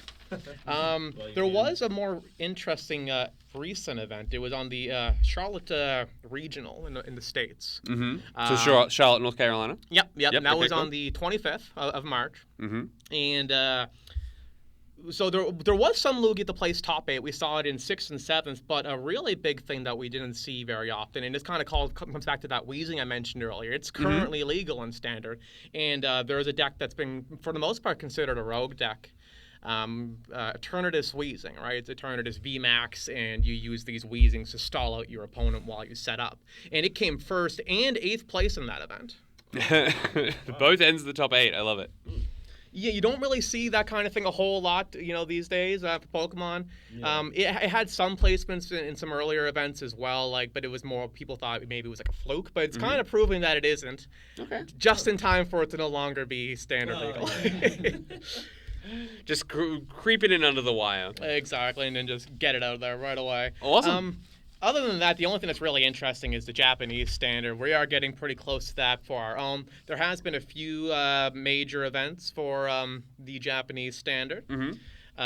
Basically, the too long didn't read for that is that Miraidon is a deck that people had a lot of hype around when they first saw the card. It has an ability that lets you just search your deck for 2 basic Pokemon and put them into play, and that's not once per turn, so you can use that to get another Miraidon EX into play and then get 2 more. Yeah, right, and then that will trigger off itself. Exactly, Yeah, right? yeah. So you can Until set up you hit that 5 you can card set up limit. your whole Yeah. bench basically turn 1, right? As long as you hit a single one. That is the deck that I was playing on live. It's a lot of fun. Yeah, it's Oh, a really? lot of fun.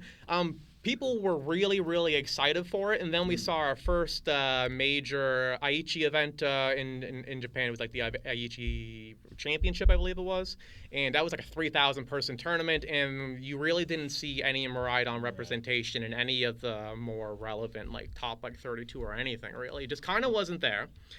We saw some Gardevoir EX, which is one of the newer cards from the set as well. It's something I'm personally excited about. It's a great card. It's a deck that we finally get to really mix in like single prizes and like 2 prize like EX Pokemon together for once. It's not something we've really been able to do for a while. It's also a stage 2 deck, which for all of Sword and Shield stage 2 cards are basically considered too slow to be playable, right? Which is nice. We're seeing some older archetypes coming back that people really liked when they first dropped. Like when Lost Origins first came out, we had Giratina Lost Box, which people were really excited for, and then Lugia basically forced that out of the meta right away. Yeah, I remember in one of our first episodes you mentioned how excited you were for that Oh, that Lost was- Box deck, and yeah. then all of a sudden it was just no longer part of the conversation. Yeah, Lost Box is still pretty good, but Giratina unfortunately kind of got the cut. But it's starting to come back a bit. People are thinking it's going to be one of the better ones, but it hasn't really seen any representation at any of these Japanese events in like the higher placings at all. We have seen Arceus Giratina though, and Arceus is nice because it has an attack that hits for relevant numbers, and it accelerates energies onto Giratina. So they really complement each other well because Arceus hits for like 180, 210 with Choice Belt and the V's, which is enough to 2-shot everything in the game, but you're not really taking a lot of relevant 1-shots. And Giratina V-Star hits for 280 damage, which 1-shots every single V-Star in the format. Right. I love this weird Pokemon economy of like, is this card good only because it hits those sort of highs or low? Like, Yeah, you the know, math is yeah. really important. Like It's so 10 bizarre. damage is make or break it. Yeah. Absolutely. Yeah, it's like, oh, I can one-shot this other relevant meta card, or I can Or play a this card. card's useless because it Yeah, can't do that. because right? it can't do that. Yeah. It's so interesting. And I guess, with higher number games like Pokemon and I guess maybe Yu-Gi-Oh, that becomes a little bit relevant. Like I remember when I was playing Yu-Gi-Oh, 2000, a 4-star 1700 creature was nothing in compared to a 4-star 1800 creature. Like, why would you play a single one? No tribute or otherwise. Yeah. Yeah. It is similar Come a long way magic. since then, but- It's similar magic with burn spells, where like 1 red to deal 2 damage is bad. One red to deal 3 damage is almost too good. Yeah, it's like It goes back to the old days. Yeah. Lightning bolt. But there's also Lugia is still relevant in the format, but as we were talking about earlier, Mew VMAX still kicking around. Doesn't look like it's going anywhere anytime soon. There's some cards in our next set that look like it may put Mew in check a little bit. There's a one called Spiritomb. It has an ability that all basic V Pokemon in play won't have any abilities, and Mew VMAX is all about having Genesect Vs in play using their ability. Okay. So they won't be able to do that, So which it is shuts pretty that down. Yeah. Yeah, and Spiritomb does not need to be in the active for that ability to happen as well, so it's going to be a much more reliable way than trying to slam like a Klefki in the active, like you mentioned, or a Weezing in our current format in the active and having it stick, right? That is interesting. Because there's a lot of ways to switch things out off their bench, right? Yeah. And Spiritomb is not really impacted by that. And interesting that not the first time that an ability-strong Spiritomb has been meta-relevant, if I'm not mistaken. No, there's been some relevant ones. Even more recently, it was around when Fusion Strike dropped, there was a Spiritomb in our standard format at that point that once per turn it could do 10 damage to itself, and its attack would do more damage based on that. And that was relevant because we could put like Capes of Toughness, which gave it more life, and you could get some pretty high numbers, and it hit Mew VMAX, which was like the new Standard, hotness, yeah. tier 0. Why did they make this deck at the time? And it one-shot it with a 1 prize, which was a pretty big deal at the time, right? That's wild. Yeah. All right. So anything else for Pokemon coming out of that, Tyler? Honestly, that's pretty much about it. Just Awesome.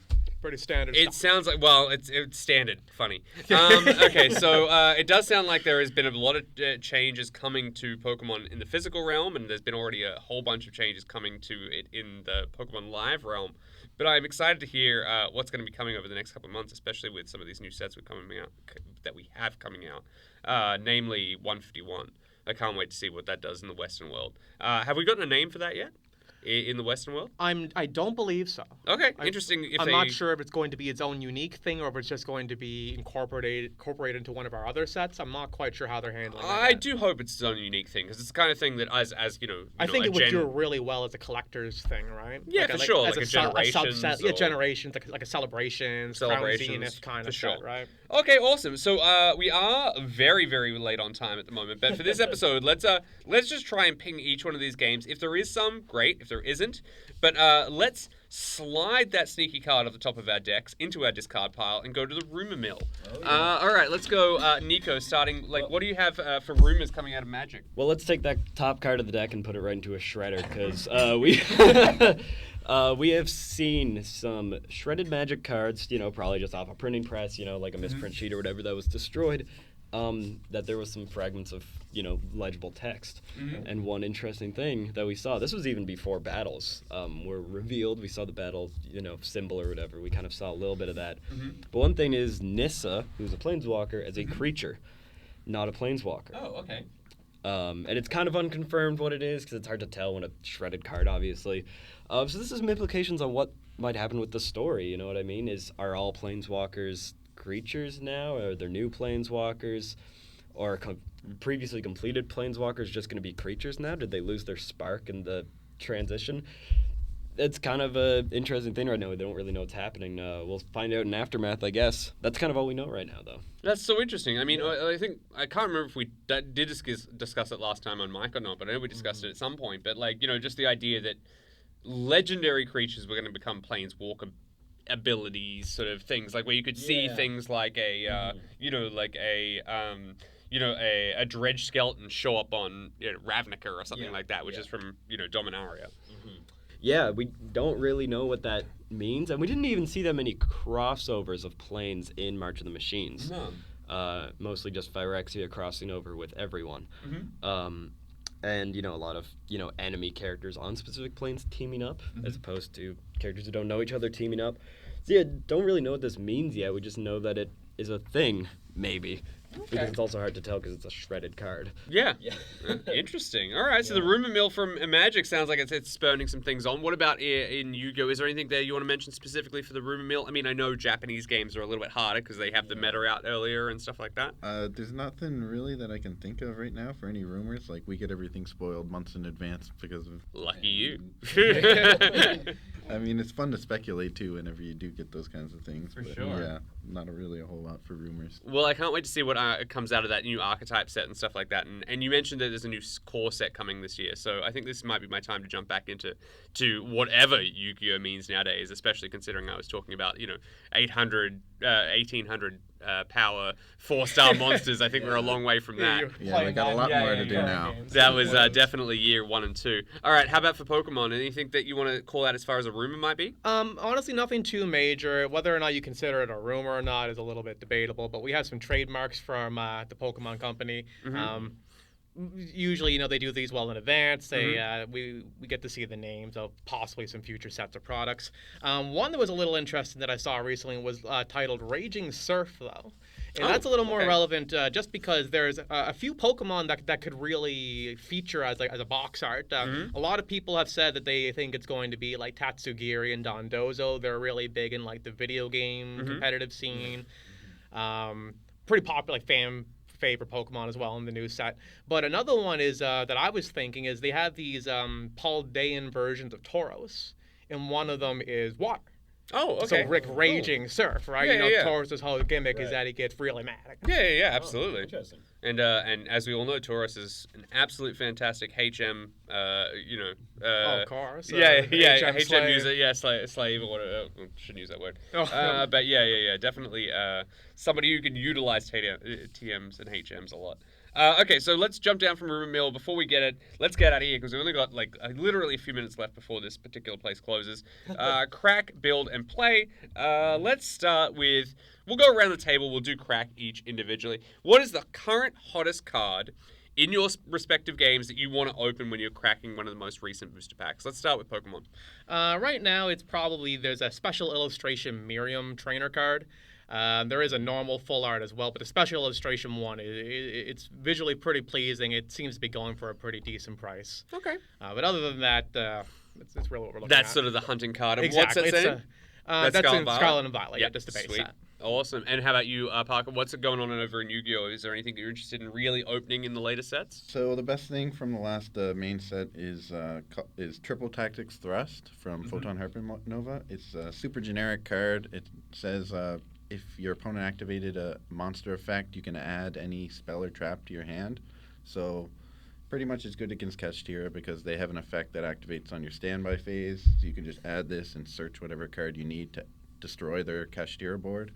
So it's really good for going against Kashtira, which is still a very prominent deck right now. And it's super generic, too. Okay, sweet. So any deck basically can utilize it and stuff like that, especially as a counter to that sort of tier 0. All right, we're going to go over to Magic. What do you want to see out of your booster packs over there? Whichever booster pack you might mean. Yeah, Who knows well- which one that is? Well, it's not out yet, but there is one obvious answer. The One Ring is obviously the card you want to open. Oh, yeah. There's also the Save that for a future month. Yeah. There is also the serialized Praetors in the new set. Those are obviously going to go for a ridiculous price because they are serialized at a 500.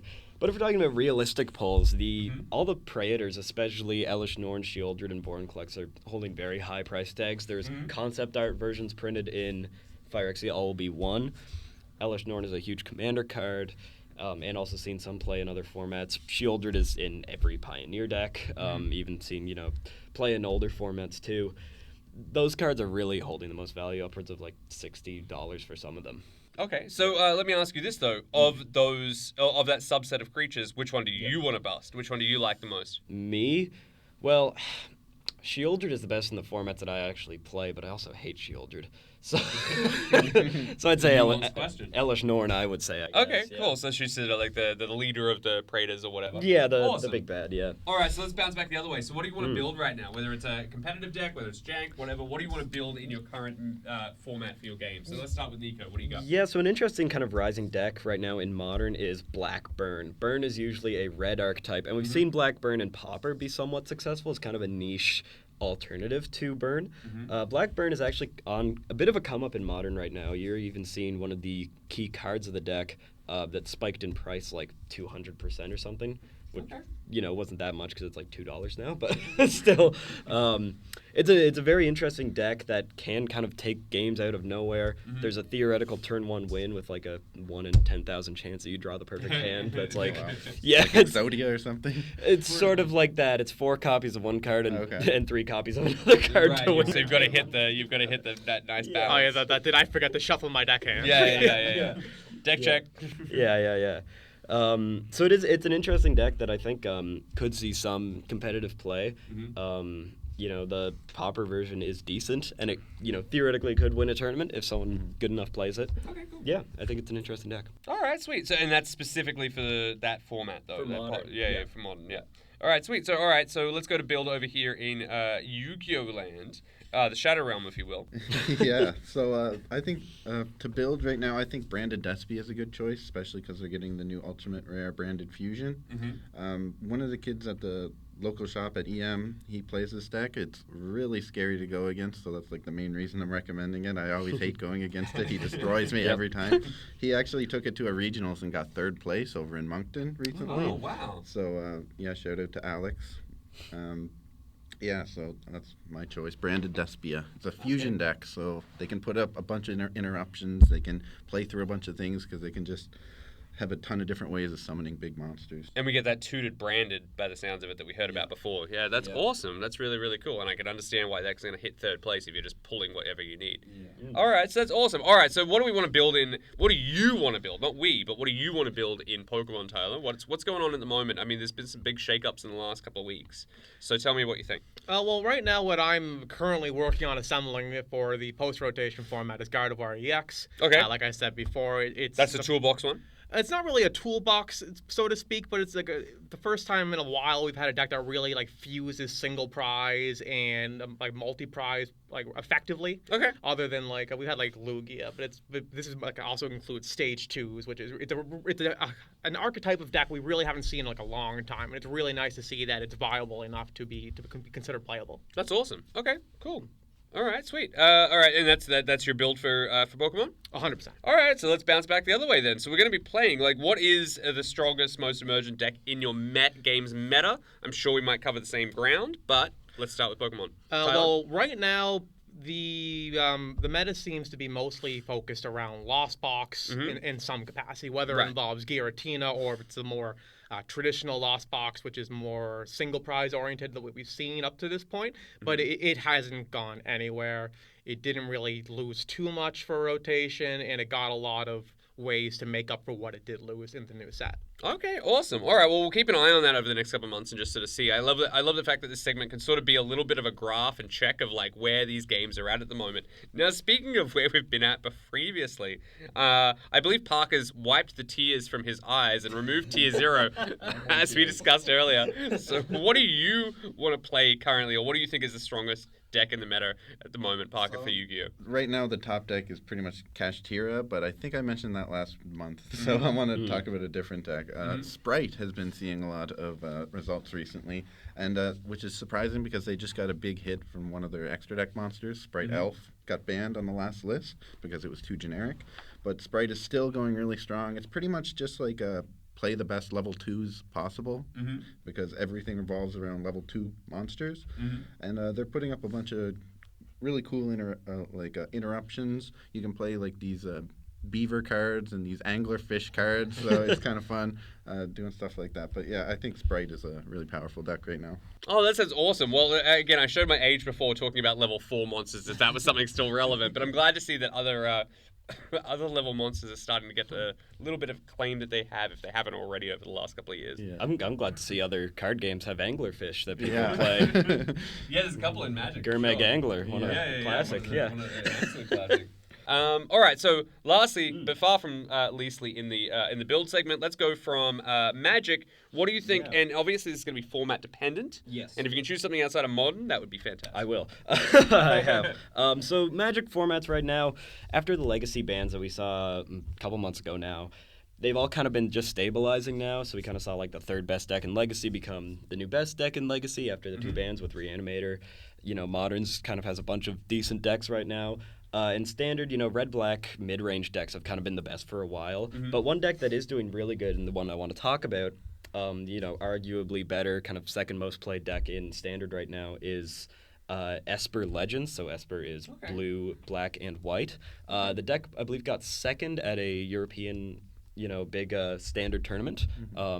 Piloted by Toralf, who does content for Card Market too. So he had a great breakdown video about his play with that deck. It's a very weird deck though because it runs a high amount of lands.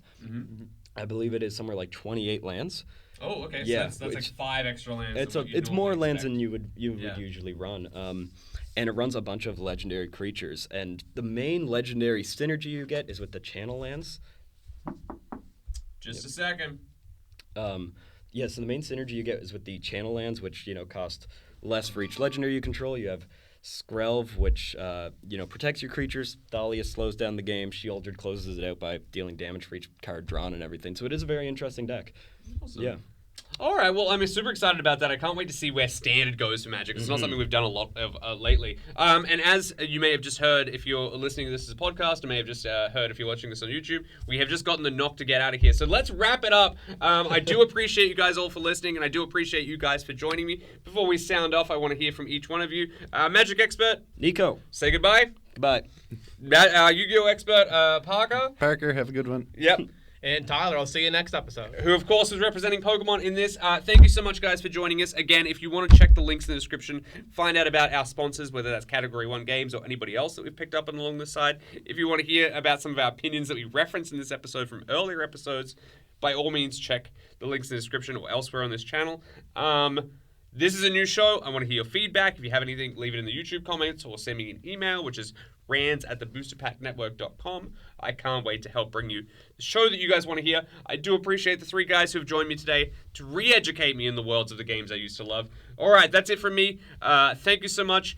Goodbye from me, and goodbye to everybody else out there. Thank you so much. Until next time, catch you later. Thank you so much. Bye.